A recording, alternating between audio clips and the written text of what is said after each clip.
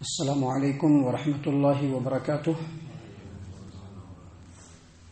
اعوذ باللہ من الشیطان الرجیم، بسم اللہ الرحمن الرحیم۔ وَإِذْ قَالَ اللَّهُ يَا عِيسَى ابْنَ مَرْيَمَ أَأَنْتَ قُلْتَ لِلنَّاسِ اتَّخِذُونِي وَأُمِّيَ إِلَٰهَيْنِ مِن دُونِ اللَّهِ قَالَ سُبْحَانَكَ مَا يَكُونُ لِي أَنْ أَقُولَ مَا لَيْسَ لِي بِحَقٍّ إِن كُنتُ قُلْتُهُ فَقَدْ عَلِمْتَهُ تعلم ما في نفسي ولا أعلم ما في نفسك إنك أنت علام الغيوب ما قلت لهم إلا ما أمرتني به أن اعبدوا الله ربي وربكم وكنت عليهم شهيدا ما دمت فيهم فلما توفيتني كنت أنت الرقيب عليهم وأنت على كل شيء شهيد إن تعذبهم فإنهم عبادك وإن تغفر لهم فإنك أنت العزيز الحكيم۔ محترم سامعین اکرام، سورۃ المائدہ سورہ نمبر 5 اور اسی سورت سے ابھی آپ کے سامنے آیت نمبر 116، 117، 118 یہ 3 آیات آپ کے سامنے تلاوت کی گئی۔ سامعین اکرام، اس سے پہلے آیت نمبر 110 اور 111 میں جو کل سے پہلے والے درس میں ہم نے آپ کی خدمت میں پیش کیا تھا، اس میں ہم نے یہ بتلایا تھا کہ اللہ تبارک و تعالی سیدنا عیسیٰ علیہ الصلوۃ والسلام کو قیامت کے دن بلائے گا اور بلا کر کے جو انعامات، جو احسانات ان کے اوپر کیے اور جو معجزات ان کو دیے، ان تمام کو اللہ تبارک و تعالیٰ ان کے سامنے گنائے گا اور ان تمام احسانات کو یاد دلانے کے بعد اب آگے پوچھے گا۔ جو ابھی 3 آیات آپ کے سامنے پڑھے گئے ہیں اس میں اللہ تبارک و تعالیٰ نے ان چیزوں کا بیان فرمایا ہے۔ ان تینوں آیات کا سیدھا سادہ مطلب یہ ہے کہ اللہ تبارک و تعالیٰ لوگوں کو یہ بتلانا چاہتے ہیں کہ اللہ تبارک و تعالیٰ قادر مطلق ہے۔ اللہ تبارک و تعالیٰ تمام انسانوں کو یہ سمجھا دینا چاہتے ہیں کہ قیامت قائم ہونے والی ہے، اور اللہ تبارک و تعالیٰ یہ بتلا دینا چاہتے ہیں کہ اللہ تبارک و تعالیٰ شرک کے علاوہ کسی بھی گناہ کو معاف فرمانے والا نہیں، اور اللہ کے علاوہ کوئی عالم الغیب نہیں۔ سامعین کرام، اللہ تبارک و تعالیٰ سیدنا عیسیٰ علیہ الصلوۃ والسلام کو بلائیں گے۔ اللہ فرماتے ہیں وَإِذْ قَالَ اللَّهُ يَا عِيسَى ابْنَ مَرْيَمَ أَأَنْتَ قُلْتَ لِلنَّاسِ اتَّخِذُونِي وَأُمِّيَ إِلَٰهَيْنِ مِن دُونِ اللَّهِ، اور اس وقت کو یاد کرو جب قیامت کا دن ہوگا اور اللہ تبارک و تعالیٰ فرمائے گا اے عیسیٰ بن مریم، کیا تم نے کہا تھا لوگوں سے، أَأَنْتَ قُلْتَ لِلنَّاسِ، کیا تم نے لوگوں سے کہا تھا اتخذونی وأمی الہین من دون اللہ، کہ اللہ تبارک و تعالیٰ کو چھوڑ دو اور مجھ کو اور میری ماں کو اپنا معبود بنا لو۔ یاد رکھیے گا، سیدہ مریم علیہ السلام کو خدائی کا مقام بہت بعد میں دیا گیا۔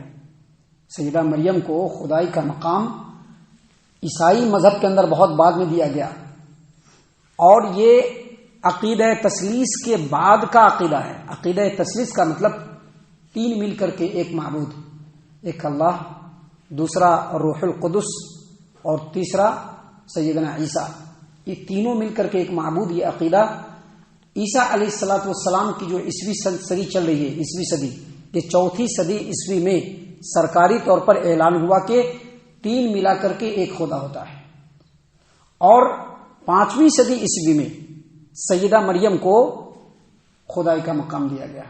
سب سے پہلے سیدہ مریم کو خدا کی ماں یعنی اللہ کی ماں ہونے کا لقب دیا گیا، مادر خدا، اور یہ عقیدہ اس قدر دھوم مچایا کہ یہ جو عقیدہ تثلیث ہے اس میں دب کر کے رہ گیا، اس پر بھی چھا گیا یہ۔ اس کے بعد عقیدہ تثلیث میں اس کو شامل کیا گیا۔ سیدہ مریم کو دیوی کا درجہ دیا گیا اور ان کے بڑے بڑے اسٹیچو بنائے گئے، جیسا کہ آپ دیکھ سکتے ہیں گرجا گھر میں جائیں گے آپ کبھی بھی دیکھنے کے لیے تو وہاں پہ دیکھیں گے مدر میری بولا جاتا ہے۔ مدر میری یعنی بھگوان کی ماں، خدا کی ماں، گاڈ کی ماں، اللہ کی ماں۔ اور آج بھی چرچوں کے اندر ان کی جو اسٹیچو ہے اس کی زینت بنی ہوئی ہے۔ سامعین کرام، پہلے کے زمانے میں بھی جو عیسائی دھرم کی جو حکومت ہوا کرتی تھی اس میں جو جھنڈا بنتا تھا اس میں سیدہ مریم کی تصویر بنائی جاتی تھی۔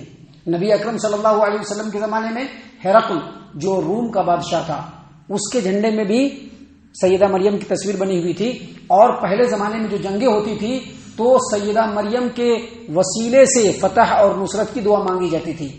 اللہ تبارک و تعالیٰ نے یہاں پر اسی عقیدے کی طرف سیدنا عیسیٰ علیہ الصلوۃ والسلام کو اشارہ کر کے پوچھیں گے کہ کیا تم نے لوگوں سے کہا تھا کہ مجھ کو چھوڑو یعنی اللہ کو چھوڑو اور مجھ کو اور میری ماں کو تم اپنا معبود بنا لو، کیا تم نے ایسا کہا تھا؟ اللہ کہیں گے کہ اتنے احسانات تمہارے اوپر کیے، تم کو نبی بنایا، بغیر باپ کے پیدا کیا، بے شمار معجزوں سے نوازا، کیا ان احسانوں کا یہی بدلہ ہے کہ تم لوگوں کو یہ کہو؟ تمام لوگوں کے سامنے یہ مکالمہ چل رہا ہوگا، سارے لوگ سن رہے ہوں گے یہ مکالمہ، سارے لوگوں کے درمیان یہ بات چیت ہو رہی ہوگی۔ اللہ تبارک و تعالیٰ کہیں گے کہ کیا میرے احسانوں کا یہی بدلہ ہے کہ تم جو ہے لوگوں کو یہ کہہ دیے کہ اللہ کو چھوڑ دو اور مجھ کو اور میری ماں کو اپنا معبود بناؤ اور تمام حاجات و ضروریات مجھ سے ہی مانگو۔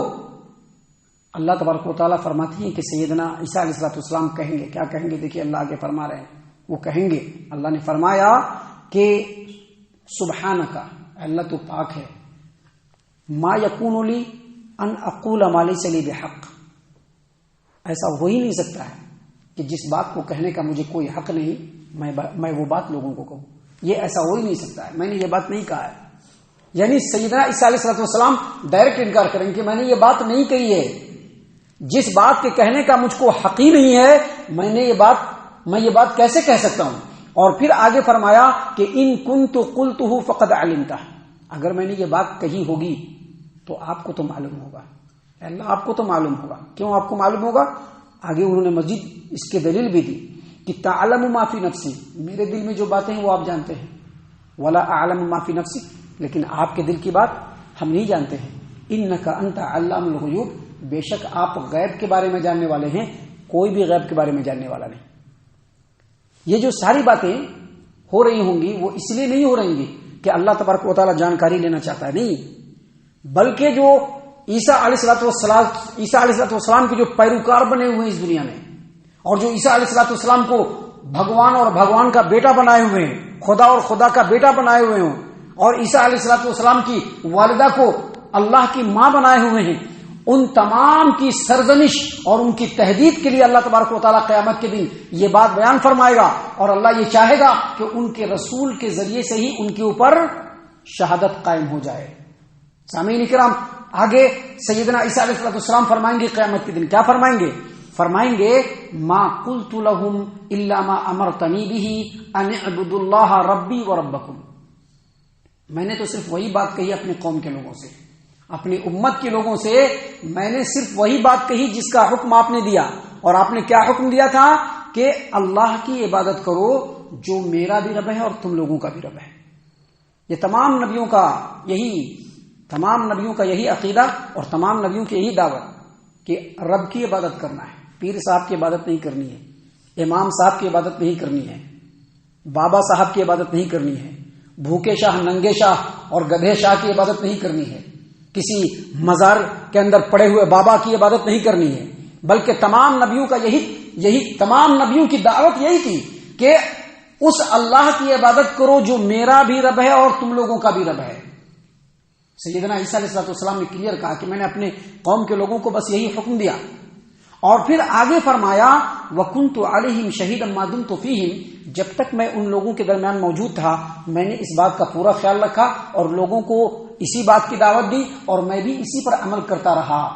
لیکن آگے کہتے ہیں فَلَمَّا تَوَفَّيْتَنِي، لیکن جب تو نے مجھ کو اٹھا لیا، فَلَمَّا تَوَفَّيْتَنِي، لیکن جب تو نے مجھ کو اٹھا لیا، یہاں پر توفیتنی کا مطلب تو نے مجھ کو اٹھا لیا آسمان پہ، تو آگے فرماتے ہیں کنت انت الرقیب علیم، تو آپ ان کو دیکھ رہے تھے، آپ ان کے نگراں تھے، آپ کو معلوم ہے کہ ان لوگوں نے کیا کیا کیا، کیوں کیا، کن حالاتوں میں کیا۔ وانت علی کل شیء شہید، اور آپ ہر چیز کے اوپر نگہبان ہیں۔ سامعین کرام، یہ جو آیت کریمہ بھی آپ کے سامنے پڑھی گئی، جس کا ترجمہ اور تھوڑی سی تفسیر آپ کے سامنے پیش کی گئی، اس سے یہ بات ثابت ہوتی ہے کہ نبی جب اس روئے زمین سے چلے جاتے ہیں تو ان کو کچھ بھی معلوم نہیں رہتا ہے۔ آج نبی اکرم صلی اللہ علیہ وسلم کی شان میں مجلس قائم کی جاتی ہے اور کھڑے ہو کر کے لوگ پڑھتے ہیں کیا، یا نبی سلام علیکہ، اور کیا عقیدہ رکھتے ہیں کہ نبی آنے والے ہیں۔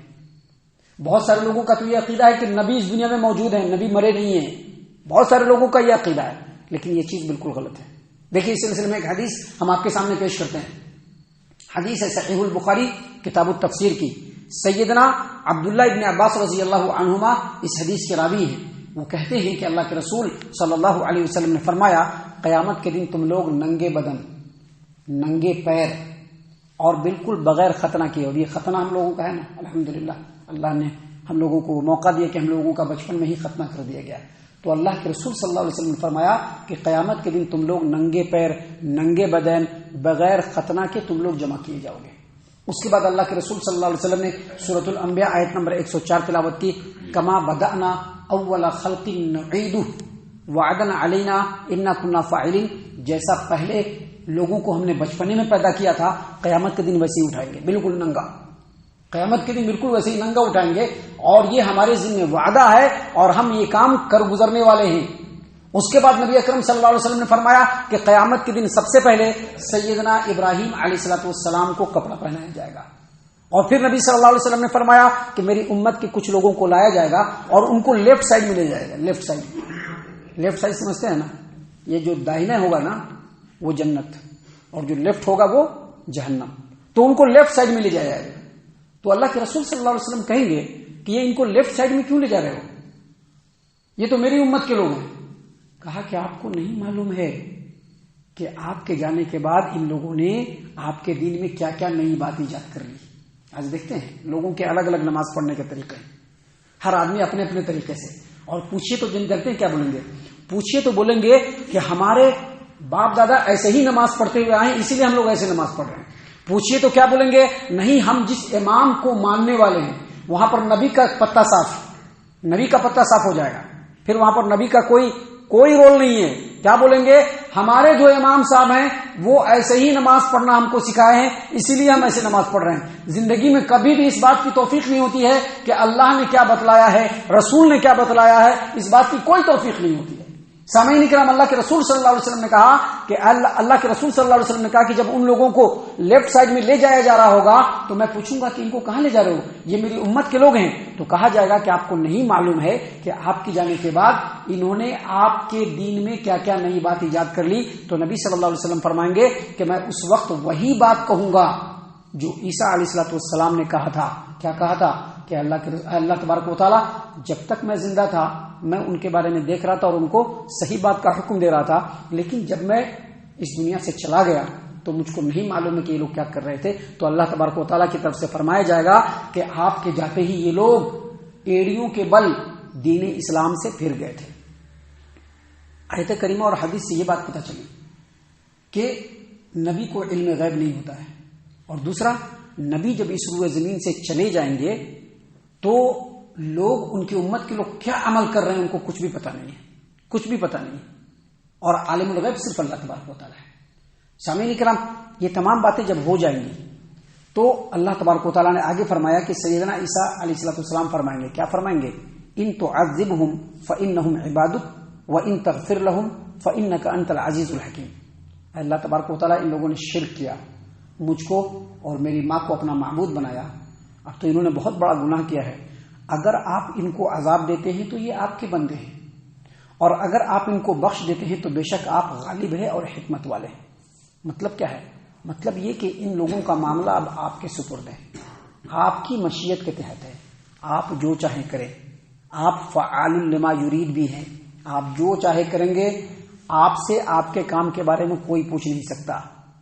لیکن اگر آپ بخش دیتے ہیں تو بے شک آپ غالب ہیں اور حکمت والے ہیں. مطلب کیا, مطلب یہ کہ اس آیت کریمہ میں جہاں اللہ تبارک و تعالیٰ کے سامنے ان کے بندوں کے عاجزی اور انکساری کا اظہار ہے, وہیں ان کے بندوں کے مقابلے میں اللہ تبارک و تعالیٰ کے قادر مطلق, مختار کل اور تمام چیزوں پر اختیار رکھنے کا بھی بیان ہے. اور ان دونوں باتوں کے ساتھ اس بات کی گزارش بھی ہے کہ اگر آپ معاف کر دیں تو آپ غالب اور حکمت والے ہیں. یہ آیت کریمہ اور اس کے اندر جو باتیں ہیں اتنی عظیم ہے کہ اللہ کے رسول صلی اللہ علیہ وسلم جب رات کو اٹھ کر کے نماز پڑھتے تھے تو ایک بار یہی آیت کریمہ پڑھنا شروع کر دیا. ایک بار پڑھا اور اس کے بعد لگاتار اسی آیت کریمہ کو پڑھتے رہے. اس آیت کریمہ کے اندر بہت بڑی بات ہے, دراصل سیکھنے کی بات ہے. جتنا ہم لوگ قرآن کریم پر غور کریں گے اتنا ہماری زندگی کے اندر سدھار آئے گا. لیکن افسوس کی بات ہے ہمارے پاس وقت نہیں ہے, ہم لوگ اپنی زندگی میں بڑے مشغول ہیں, ہم لوگ قرآن کریم کے اوپر غور فکر کرنے کے لیے وقت نہیں پاتے ہیں. لیکن اس سے بات نہیں بننے والی, اس پر غور کرنا چاہیے, اس کو سمجھنا چاہیے, اس کے معنی اور مفہوم میں غرق ہونے کی کوشش کرنی چاہیے اور اس کے روشنی میں اپنی زندگی کو سدھارنے اور سنوارنے کی کوشش کرنی چاہیے. اللہ تعالیٰ سے دعا ہے کہ اللہ تعالیٰ ہم تمام کو ان تمام باتوں کے اوپر خوب غور و فکر اور تدبر کرنے کے ساتھ ساتھ ان باتوں کے اوپر عمل کرنے کی بھی توفیق عنایت فرمائے. آمین. اللہ تعالیٰ ہم تمام کو صحیح معنوں میں پکا سچا مومن مسلمان بنائے. اللہ اور اس کے رسول صلی اللہ علیہ وسلم کی اطاعت و فرما برداری کرنے والا بنائے. صحابہ کرام رضی اللہ عنہم کے طریقے پر چلنے والا بنائے. جنت الفردوس میں جگہ عطا فرمائے. اے اللہ ہم تمام کو جہنم سے پناہ دے. اے رب العالمین ہم تمام کو جہنم سے پناہ دے. اے مالک الملک ہم تمام کو جہنم سے پناہ دے. آمین یا رب العالمین. وما علینا الا البلاغ المبین. الذي نزل الفرقان على عبده ليكون للعالمين نذيرا